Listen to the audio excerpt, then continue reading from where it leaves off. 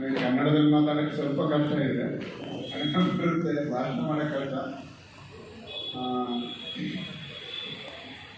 ಈಗ ನೀವೆಲ್ಲರೂ diploma students ಅಂತ ಅಂದ್ಕೊಂಡಿದ್ದೀರಿ ಅಲ್ವಾ? All of you are diploma students. So obviously when you came for the training session here, so ನಿಮ್ಮ next ಗುರಿ ಎಂಜಿನಿಯರಿಂಗ್ಗೆ ಸೇರಿಕೊಂಡು ಡಿಪ್ಲೊಮಾದಿಂದ ನಿಮ್ಮ ಡಿಗ್ರಿಗೆ ಕನ್ವರ್ಟ್ ಮಾಡಬೇಕು, ನಿಮ್ಮ ಕ್ವಾಲಿಫಿಕೇಷನ್ ಅಂತ ಅಂದ್ಕೊಂಡಿದ್ದಾರೆ ನೀವೆಲ್ಲರೂ.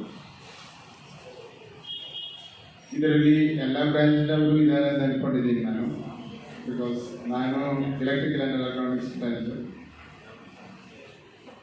ಈಗ ಒಂದು ಕ್ವಶನ್ ಕೇಳ್ಬೋದಾ? ಈಗ ನೀವು ಡಿಪ್ಲೊಮಾ ಆದಮೇಲೆ ಡಿಗ್ರಿಗೆ ಓದಬೇಕು ಅಂತ ಯಾಕೆ ಅಂದ್ಕೊಂಡಿದ್ದೀರಿ?